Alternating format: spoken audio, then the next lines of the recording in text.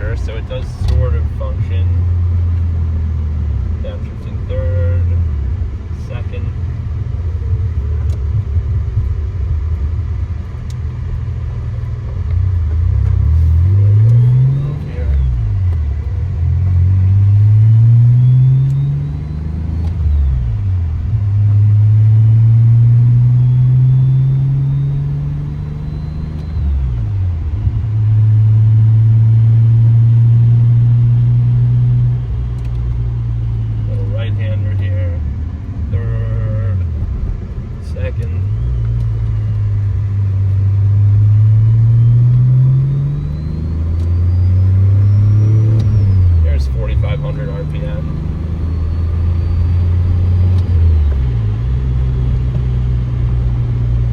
Great driver. I mean, for almost 300,000 miles, it's totally a drivable car. I mean, we put almost 75 miles on it, just picking it up from the owner, and yeah, it's really, it's enjoyable. It sounds great, shifts well, really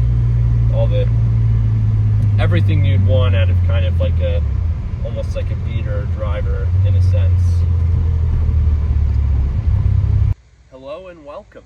Today we've got for you a 1989 Alpina 3.5 V10. It is really a 535 E34 5 Series with some tasteful modifications.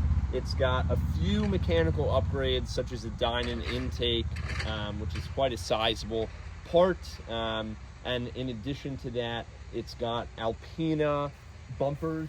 Unsure if they are authentic, although we did find a serial number, which is posted in the photo gallery along with the underside photos. When we got it up on the lift, we were able to find that serial number there. But overall, cosmetically, this being almost a 300,000 mile car, 278,000 miles, I'm pretty pleased with the cosmetic condition of it.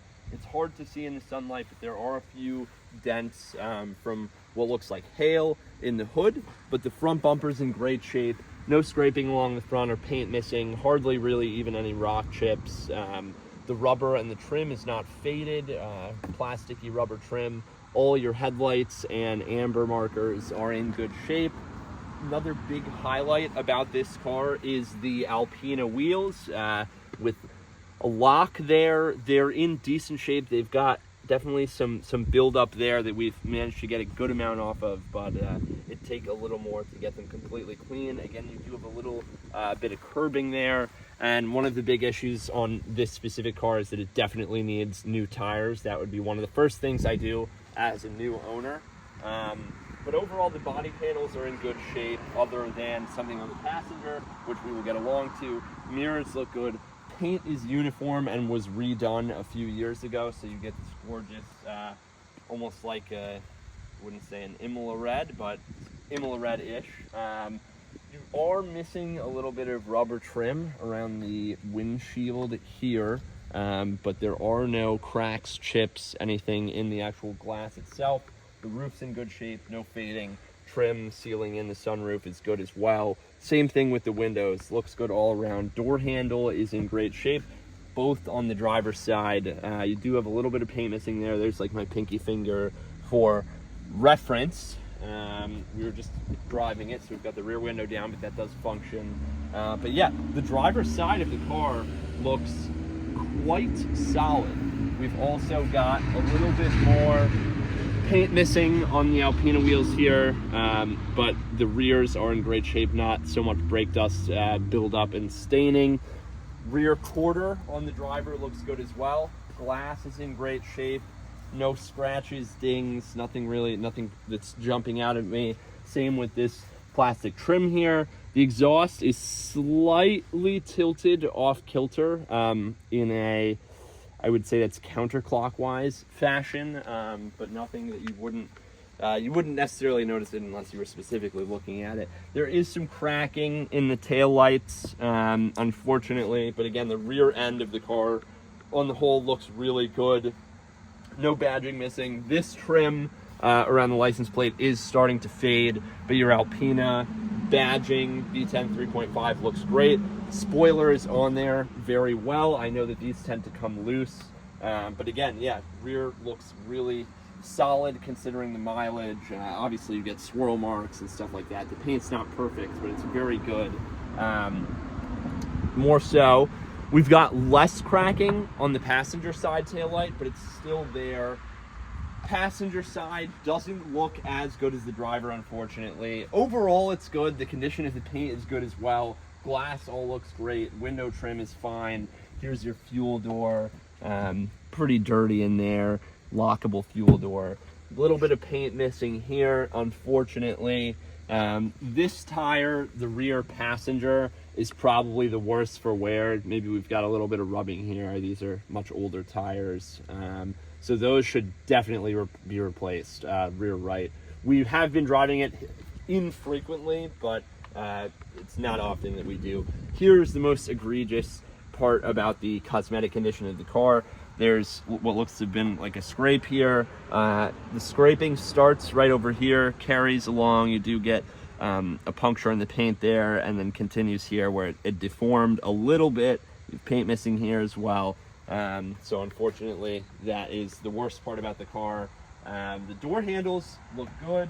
Really, it's, again, not like super egregious, but if you know it's there, it's reasonably noticeable. You do have a little bit more paint missing here and here. Pinky for reference again, but glass looks good, trim looks good, mirrors look good. We looked at the underside of the car. There was little to no rust, which for a New England car of this mileage is really good to see. And yeah, again, no trim missing. Everything is where it should be. The glass and wipers are in good shape. So yeah, overall, exterior wise, cosmetic, I mean, you could convince me that this was 100 or 1,000 mile car, without a doubt. So the fact that it's almost at 300 is incredible. Let's roll around to the interior, which is not perfect by any means.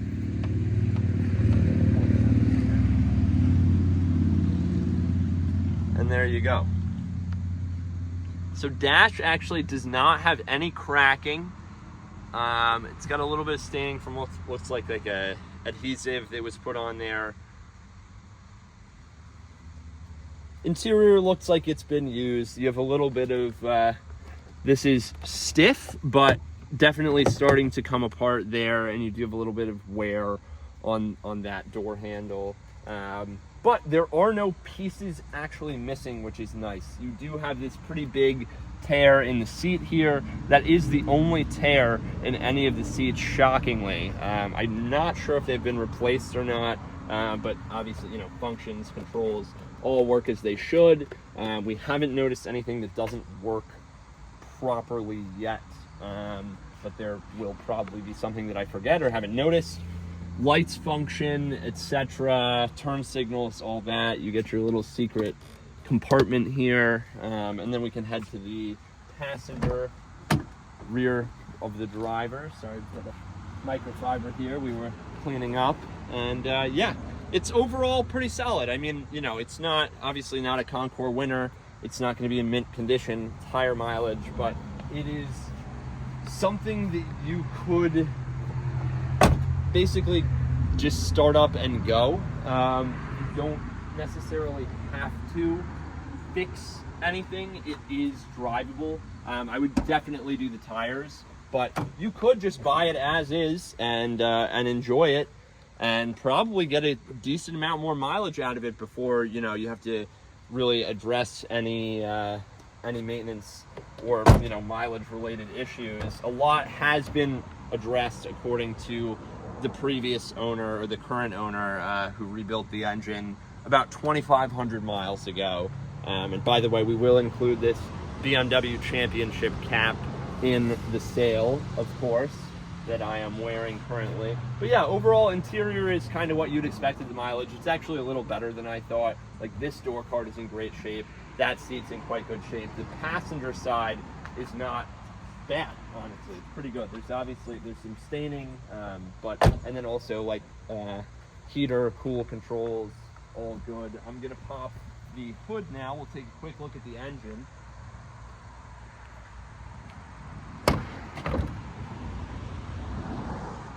one of the really cool features about this car is the forward opening hood. And there you go, nothing missing there, no rust, not a lot of leaking that I'm seeing. I mean, it's not bone dry, but it's not soaked. You got a new fan there, and yeah, obviously you can see the dine-in intake, which starts down over there, runs all the way over here for the 3.5. That is dine-in stamped and everything. So we like to see that. And yeah, kind of standard, not really, this is more of a cosmetically modified car than it is a mechanically modified car. I believe that is the only modification. There may be more though, and I will report on that in the comments if I've missed anything. I've always struggled to get these hoods right. There we go. I think I got it right. Did I get it right? I got it right. Look at that. So thanks for watching. That'll do it for the E34 535i Alpina look-alike clone, whatever you'd like to call it, tribute. And yeah, this is a great car. It's definitely, you know, a driver. No fooling anyone there. We've had fun with it, and yeah, you can definitely bid with confidence. There's not really anything that we haven't gone over extensively that really is problematic with this car. We have yet to have a problem with it. It's just, it seems like something that, you know, could potentially be problematic later. It's hard to say, but it's been great considering the mileage. And yeah, bid early often, come see the car in person, ask us questions in the comments, and we're looking forward to handing this off to the winning bidder. Thank you.